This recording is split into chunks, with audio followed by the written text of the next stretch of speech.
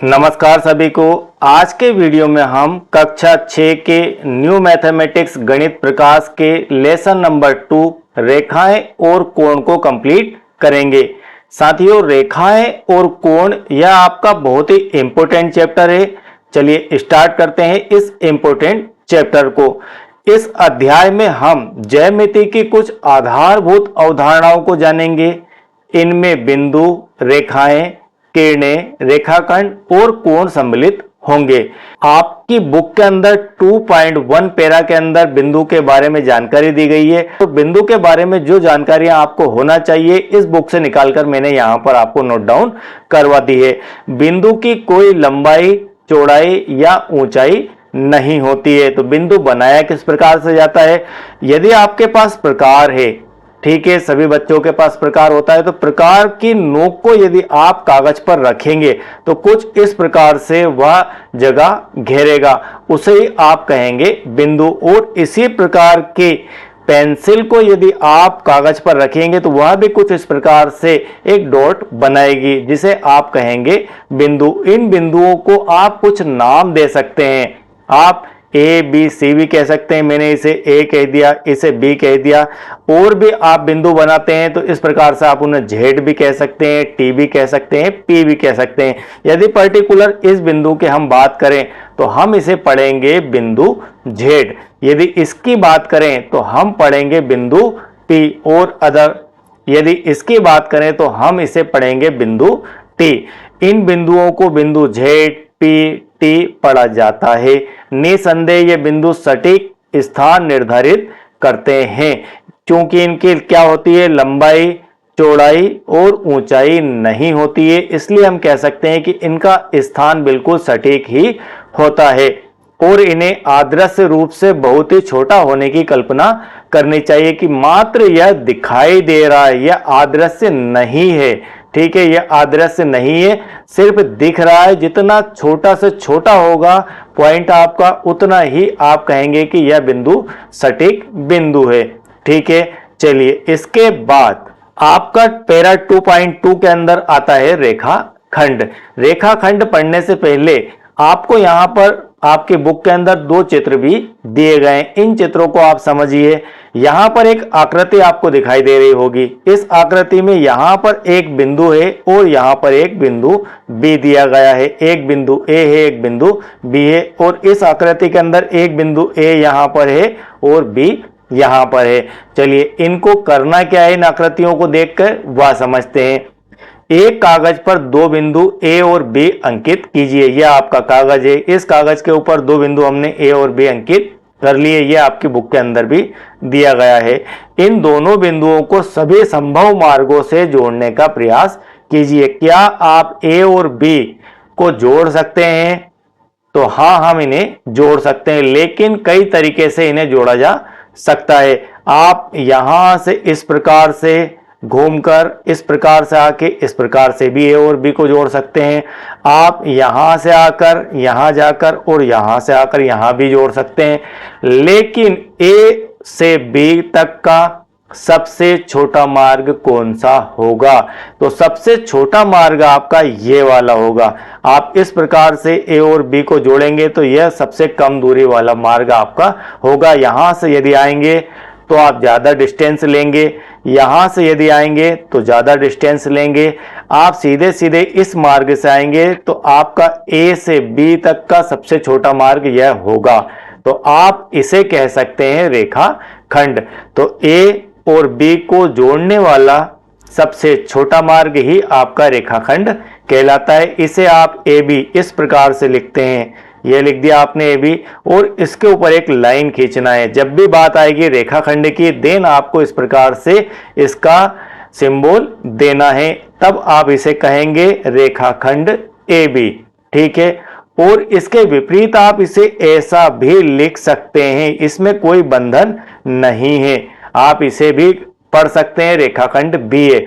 बात एक ही है। आप इसके दो नाम लिख सकते हैं, ए बी रेखाखंड और इसके ऊपर इस प्रकार से, और बी ए रेखाखंड इस प्रकार से। यह दोनों एक ही बात है। चलिए इसके बाद आपको एक चित्र यहां पर समझने के लिए और दिया गया है। यहां पर भी आपको वही कार्य करना है कि ए से बी का सबसे छोटा मार्ग आपको देखना है। तो ए से बी को मिलाने के लिए सबसे छोटा मार्ग आपका यह ही रहेगा। यह जो मार्ग है यह लंबा है, यह भी बड़ा है और यह मार्ग भी बड़ा है। तो सबसे छोटी डिस्टेंस उन दोनों बिंदुओं को मिलाने वाली जो रहेगी वही आपकी रेखाखंड कहलाएगी। चलिए, इसके बाद 2.3 के अंदर आपको दिया गया है रेखा। रेखा किसे कहते हैं? अब आप थोड़े थोड़े कंफ्यूज होना चालू हो जाएंगे, तो आपको बड़े ही ध्यान से इस चैप्टर को समझना है। इसके अंदर कोई भी कंफ्यूजन आपको नहीं बाकी रखना है। दो बिंदुओं ए और बी से होकर जाने वाली रेखा को हम ए बी से दर्शाते हैं। यह आपका एक बिंदु ए है, एक बिंदु यह आपका बी है।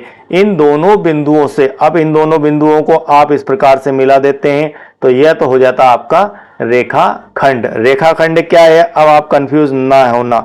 ये आपका इस प्रकार से है तो ये ए बिंदु, ये बी बिंदु, ये आपका रेखाखंड ए बी कहलाएगा। ठीक है, ये है रेखाखंड। लेकिन हम बात कर रहे हैं रेखा की, तो दो बिंदु ए और बी से होकर जाने वाली रेखा को ए बी से दर्शाते हैं। यह दोनों दिशाओं में अनिश्चित रूप से विस्तारित होती है। यदि इस रेखाखंड को आप इस तरफ बढ़ा दें और इस तरफ बढ़ा दें, तो ये इस तरफ बढ़ा दिया और इस तरफ बढ़ा दिया, तो ये तीर का जो एरो है यह बता रहा है कि यह रेखाखंड इस तरफ भी चल रहा है और इस तरफ भी चल रहा है। तो आप इसको अनिश्चित कर दें कि ये कितनी आगे तक जाएगा। तो अनिश्चित रूप से विस्तारित जब होती है कोई भी रेखाखंड, देन वह बन जाती है रेखा, जिसे आप इंग्लिश में लाइन भी कहते हैं। कभी कभी एक रेखा को एल या एम जैसे अक्षरों से भी व्यक्त किया जाता है। आप इसको इस प्रकार से भी लिख सकते हैं कि यह ए बी है और इस पे इस प्रकार का तीर का निशान। ठीक है, अब आपको समझ में आ गया होगा। यह है आपका रेखाखंड और यह है आपकी रेखा। तो रेखाखंड लिखने के लिए आपको ऊपर एक सिर्फ लाइन खींचना है और रेखा लिखने के लिए आपको लाइन के ऊपर तीर के निशान भी दोनों तरफ लगाना है, एक तरफ नहीं दोनों तरफ लगाना है। तब आपका वह पड़ा जाएगा रेखा ए बी। या फिर इसे आप एल एम इस प्रकार से नाम भी दे सकते हैं। एबीसीडी के छोटे लेटरों का यहां पर उपयोग किया जाता है। हम यहां पर इस प्रकार से यह बनाएंगे और लिख देंगे एल, तो हम इसे पढ़ेंगे रेखा एल। और यदि इसके बिंदुओं को कोई नाम दिया गया, जैसे नाम दिया हमने ए और बी, तो आप इसे पढ़ेंगे आप रेखा ए बी। वो लिखेंगे तब ए बी के ऊपर इस प्रकार से दोनों तीरों वाला निशान। चलिए, इसके बाद आपका यहां पर नेक्स्ट है किरण। यह भी आपको 2.4 पैरा के अंदर दिया गया है, बहुत ही IMPA। तो रेखाखंड, रेखा और किरण। किरण रेखा का एक भाग है जो एक बिंदु से प्रारंभ होती है। तो किरण की क्या विशेषता है कि यह एक बिंदु से प्रारंभ होती है, जिसे किरण का प्रारंभिक बिंदु, स्टार्टिंग पॉइंट या आदि बिंदु भी कहते हैं। किरण एक ही दिशा में बिना किसी अंत के विस्तारित होती है, आगे बढ़ती रहती है। तो किरण के कुछ प्रतिरूप यहां पर दिए गए हैं, चलिए वह भी देख लेंगे। इससे पहले आपको यहां पर जो चित्र दिए गए हैं इनके बारे में बता देता हूं। जैसे मान लीजिए एक लाइट हाउस है, ये आपकी बुक के अंदर दिए गए हैं, इसलिए इनको आपको जानना बहुत ही जरूरी है। एक लाइट हाउस से निकली प्रकाश की किरणें, ये लाइट हाउस है, इस लाइट हाउस से यहां पर इस प्रकार से प्रकाश की किरणें निकल रही है। तो इसका इससे क्या संबंध है? इसका यह संबंध है कि यह दिखा रहा है, ये चित्र आपको दिखा रहे हैं कि किरणें किस प्रकार की होती है। हमने अभी देखा कि किरणों का एक स्टार्टिंग पॉइंट होता है। यहां मान लीजिए स्टार्टिंग पॉइंट है, यह मान लीजिए ये इसका स्टार्टिंग पॉइंट है, यहां से कुछ किरणें निकल रही है। तो ये जा कहां तक रही है इसकी कोई सीमा नहीं तय की गई है, इसलिए हम इसे कहेंगे किरण की, जिनका स्टार्टिंग पॉइंट होता है और एंडिंग पॉइंट नहीं है, एक दिशा में इस तरफ बढ़ रही है आगे, आप इसे कहेंगे किरण। तो यहां से जो किरणें निकल रही है वह सीधी चलेगी, तो इन सीधी किरणों को हम किरण ही कह सकते हैं। यहाँ पर आपको एक और एग्जाम्पल दिया गया है, टार्च से निकली प्रकाश की किरणें। आपने टार्च भी देखी होगी। टार्च से इस प्रकार से जब प्रकाश निकलता है तो किरणों के रूप में निकलता है, और इसे भी आप कह सकते हैं कि ये इसका स्टार्टिंग पॉइंट है, और स्टार्टिंग पॉइंट के बाद इस प्रकाश का एंडिंग पॉइंट हमें नहीं पता है, इस दिशा में ये आगे बढ़ रही है। इसी प्रकार से सूर्य की किरणें भी होती है, सूर्य से निकलती जरूर है लेकिन धरती तक वे पहुंच जाती है, तो इनका भी कोई एंडिंग पॉइंट नहीं है। तो हम कह सकते हैं कि ये जो है यह भी एक प्रकार की किरणें ही होती है। तो किरणों की दी हुई आकृति 2.3 को देखिए, ये आकृतियां आप देख रहे हैं। इसके बाद यह 2.3 में यहां पर दी गई है। इस किरण पर दो बिंदु अंकित है, एक ए वाला और एक पी वाला। बिंदु ए प्रारंभिक बिंदु है, तो यह किरण का स्टार्टिंग पॉइंट है, और दूसरा बिंदु पी पर स्थित है। तब हम इस किरण को एपी से व्यक्त करेंगे। अब पी से आगे बढ़ते हुए यह किरण इस प्रकार से तीर का निशान लेकर बनी हुई है। इसका अर्थ है कि पी से यह आगे बढ़ रही है। अब कहां तक जाएगी किरण हमें नहीं पता है, और इसे व्यक्त करने का यानी कि लिखने का तरीका क्या होता है, इसे हम लिखेंगे एपी, और इस प्रकार से तीर का निशान।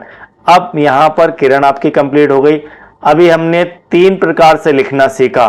एक ए से लिख सकते हैं, ठीक, हम एक ए से लिख सकते हैं, और एक आप ए से लिख सकते हैं। अब इन तीनों का फर्क समझिए।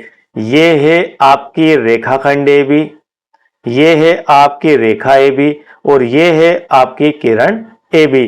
तो किरण ए बी को यदि बनाना है तो इस प्रकार से बनाएंगे, एक स्टार्टिंग पॉइंट और इसके एक पॉइंट यहां पर, इसे आप कहेंगे ए, इसे आप कहेंगे बी, और लिखेंगे आप इस प्रकार से। तीर को इस प्रकार से एरो लगा के लिखा जाएगा।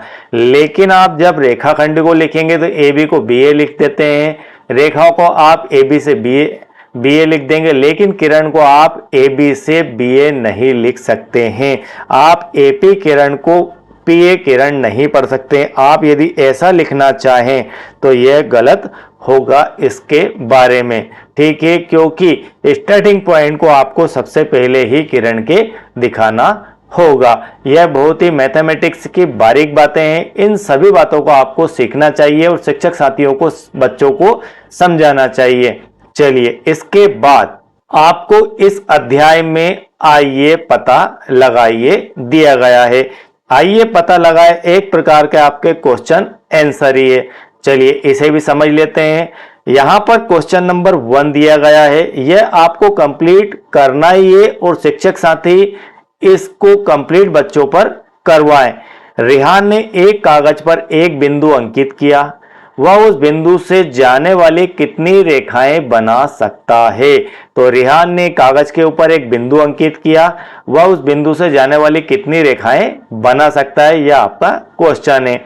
और इसी के अंदर सेकंड पार्ट दिया गया है कि शीतल ने एक कागज पर 2 बिंदु अंकित किए, इस प्रकार से अंकित किए, वह इन दोनों बिंदुओं से गुजरती हुई कितनी भिन्न रेखाएं, अलग अलग रेखाएं बना सकती है। तो क्वेश्चन नंबर 1 का जो आंसर यह है कि यह जो पॉइंट ए है, बिंदु ए है, किसी समतल में एक बिंदु से होकर जाने वाली अनंत रेखाएं खींची जा सकती है। अनंत से अर्थ है कि आप उनको गिन नहीं सकते, कितनी रेखाएं एक बिंदु से गुजरने वाली हम खींच सकते हैं। चलिए किस प्रकार से, आप इस प्रकार से खींच देंगे, आप इस प्रकार से ले लीजिए, इस प्रकार से, इस प्रकार से, तो आपको जगह जगह मिलती जाएगी, आप लाइनें खींचते चले जाएंगे। तो एक बिंदु से गुजरने वाली अनंत रेखाएं खींची जा सकती है। तो यह एक IMP पॉइंट है, इसे आपको याद भी रखना है। नेक्स्ट है यह वाला शीतल वाला क्वेश्चन। तो इसका आंसर है 2 बिंदुओं से होकर जाने वाली केवल एक ही रेखा खींची जा सकती है। तो इन दोनों बिंदुओं को मिलाने वाली रेखा कितनी हो सकती है, एक ही रेखा हो सकती है।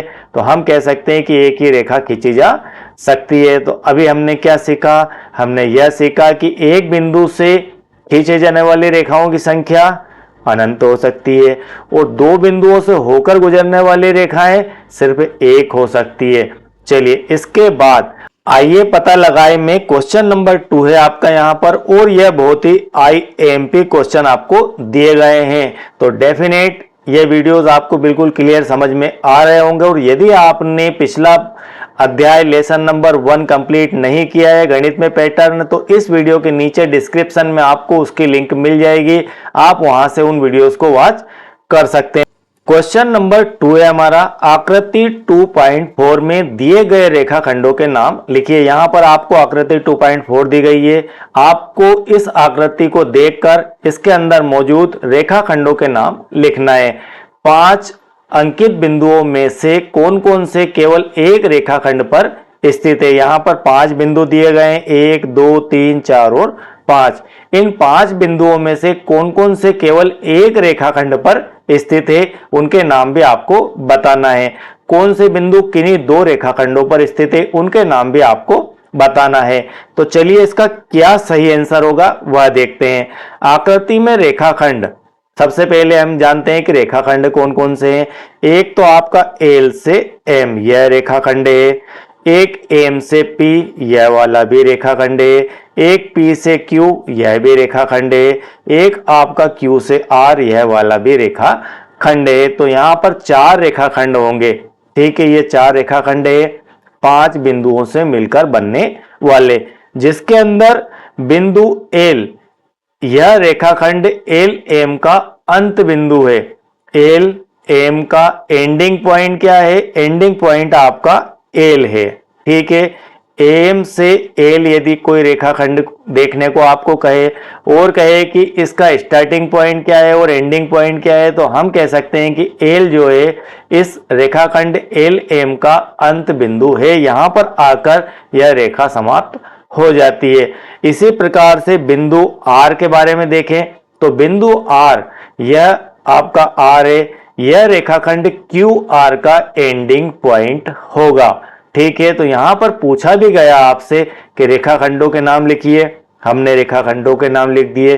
5 अंकित बिंदुओं में से कौन से केवल एक रेखाखंड पर स्थित है, यह भी हम देख रहे हैं। और कौन से बिंदु किन्हीं 2 रेखाखंडों पर स्थित है, यह भी हम आंसर में देख रहे हैं। तो हम कह सकते हैं कि बिंदु L और बिंदु R, बिंदु L और बिंदु R, ये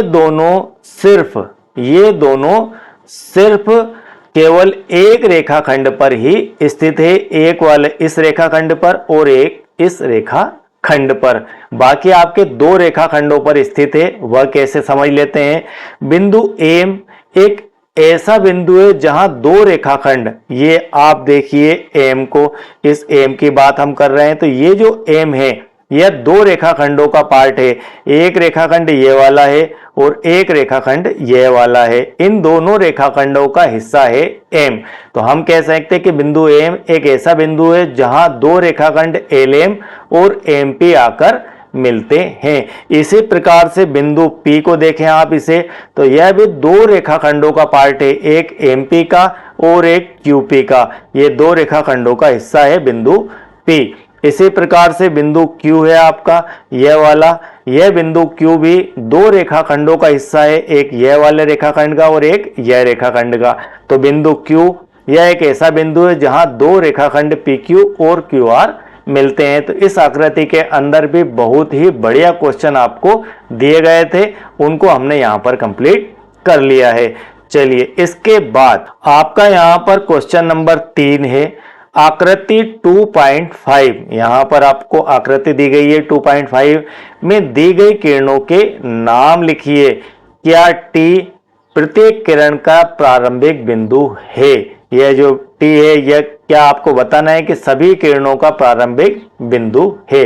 अब इस आकृति को देखने के बाद इन क्वेश्चनों के अकॉर्डिंग आपके जो आंसर है वह यह है कि किरण T है, आप यहाँ T और A, इसे हम क्या कहेंगे? किरण T है। और इसको लिखा कैसे जाता है? T लिखेंगे और A लिखेंगे और ऐसा, चूंकि यहाँ पर किरण शब्द लिख दिया गया है इसलिए इस प्रकार का एरो नहीं बनाया गया है। तो हम इसे पढ़ेंगे किरण T है, या फिर इस प्रकार से भी आप इसे पढ़ सकते हैं। तो किरण T है, यह किरण T से शुरू होकर, यह जो किरण है आपकी किरण T है, यह वाली, यह आपकी स्टार्ट कहां होती है? टी से शुरू होकर बिंदु ए से गुजरती है और ए से अनंत तक विस्तारित भी होती है। आप इसका एंडिंग पॉइंट नहीं बता सकते, कोई भी किरण का एंडिंग पॉइंट नहीं होता है, स्टार्टिंग पॉइंट जरूर होता है। तो स्टार्टिंग पॉइंट तो आपका टी है, एंडिंग पॉइंट हमें नहीं पता है, लेकिन हम कह सकते हैं कि यह शुरू टी से हुई, ए से गुजरी, इसके बाद कहां गई हमें नहीं पता। इसी प्रकार से किरण टीबी की यदि बात करें, यह टी और यह आपकी बी पॉइंट, तो टीबी की यदि बात करें, इस टीबी के ऊपर आपको 2 पॉइंट दिए गए हैं, एक बी और एक एन, ठीक है। यह किरण भी बिंदु टी से स्टार्ट होती है, बिंदु बी से गुजरती है, जिसे आप अनंत तक विस्तारित करते हैं, तो यह इस प्रकार से आगे बढ़ती है। अब क्वेश्चन नंबर 4, यह भी एक IMP क्वेश्चन दिया गया है। एक कच्ची आकृति बनाइए, रफ, कैसे बनाना है, रफ आकृति बनाना है, और नीचे दिए गए प्रत्येक बिंदु का उपयुक्त नामांकन कीजिए। आपका यहां पर ए वाला दिया गया है, OP और OQ बिंदु O पर मिलते हैं। आपको एक आकृति इस प्रकार की बनाना है जहां OP और OQ एक बिंदु पर मिल जाए। तो यहां पर OP, ये आपकी OP, ये आपकी OQ, ठीक है। इनको यदि आप आगे बढ़ाएं तो ये यहां पर बिंदु O पर मिल जाती है। यहां पर ये दिया गया है कि OP और OQ, तो इनमें एक पॉइंट आपका कॉमन है, वह कॉमन पॉइंट है आपका O वाला। तो OP OQ बिंदु O पर मिलते हैं, तो यह हमने इस प्रकार से बना लिया।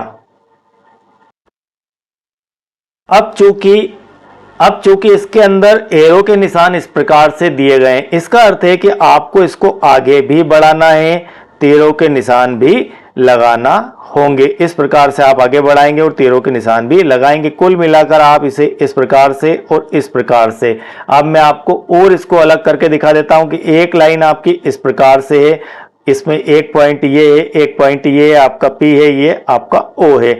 आप इसको इस प्रकार से दिखाएंगे। हम इसे क्या पढ़ते हैं, इसे हम पढ़ते हैं रेखा OP। क्या पढ़ेंगे, रेखा OP, और लिखते हैं तब OP और इसके ऊपर इस प्रकार से तीरों के दोनों तरफ के निशान। तो हम इसे इस प्रकार से बना सकते हैं। इसके बाद B वाला है XY के ऊपर एक तीर वाला निशान है। इसका अर्थ है कि यह किरण है, किरण XY और रेखा PQ बिंदु M पर प्रतिच्छेद करते हैं।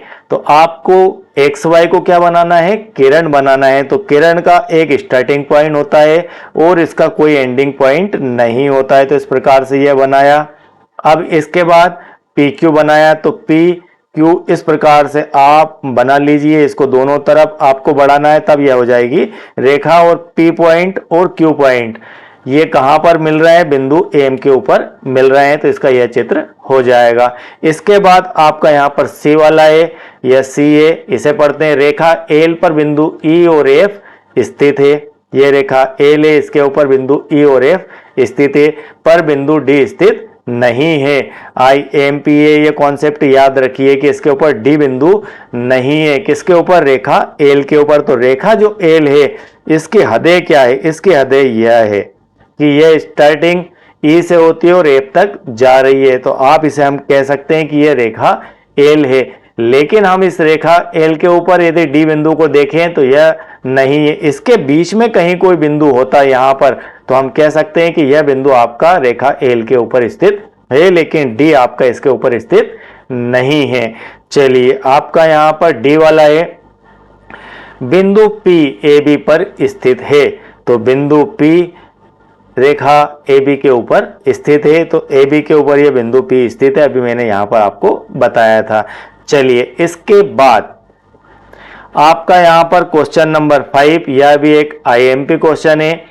आकृति 2.6 में निम्नलिखित के नाम लिखिए। आपको यहां पर आकृति दिखाई दे रही होगी, बहुत ही इंपॉर्टेंट आकृति और काफी सारी छोटी छोटी बातें इन क्वेश्चनों के अंदर आपको दी गई है, जिन्हें आपको समझना है और याद रखना है।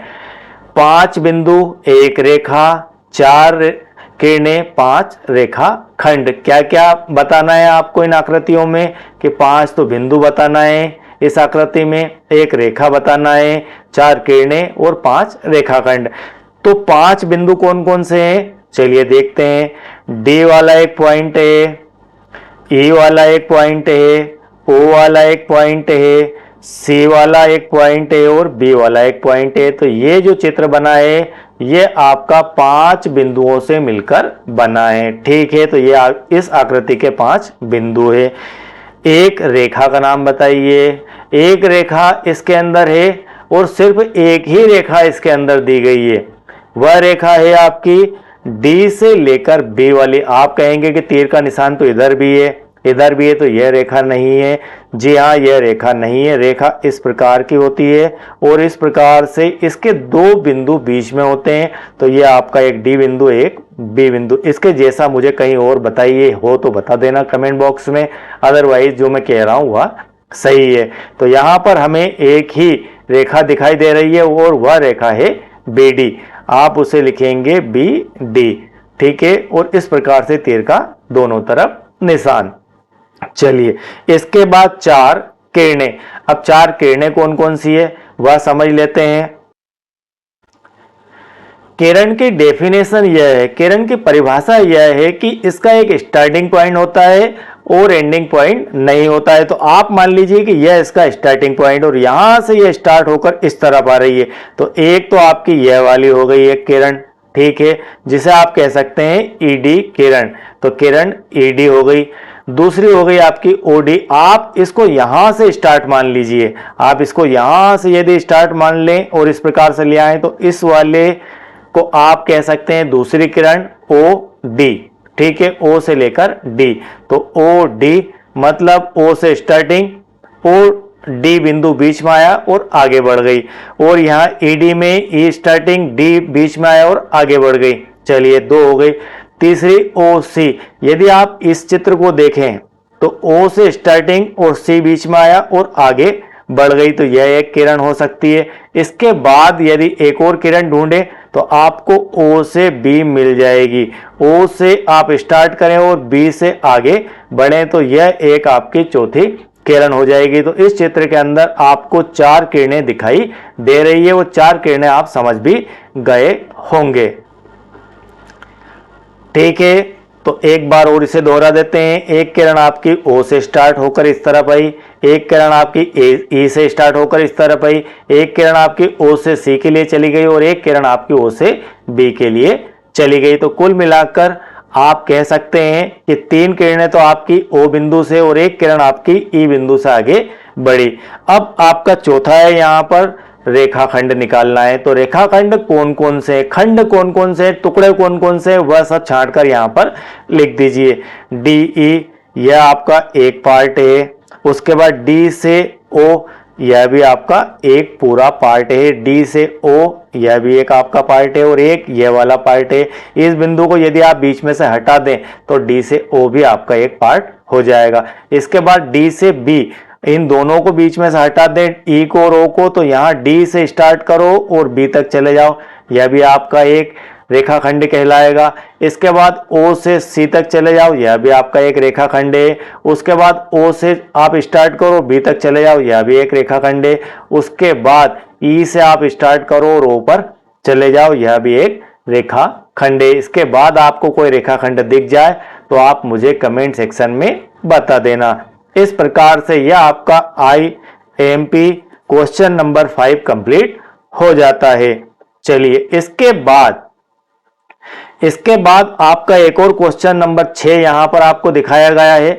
आकृति 2.7 में OA एक किरण है, ये 2.7 है। इसके अंदर OA एक किरण है, यह O से शुरू होती है और A से गुजरती है, यह बिंदु B से भी गुजरती है।